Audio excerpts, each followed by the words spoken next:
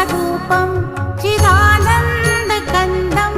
जगत्सम्भवस्थानसंहारहेतुं स्वभक्तेच्छया मानुषं दर्शयन्तं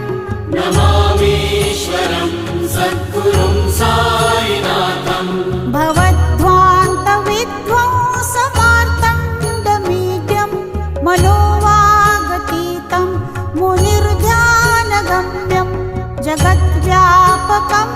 निर्मलं निर्गुणं त्वां नमामीश्वरं सद्गुरुं साईनाथं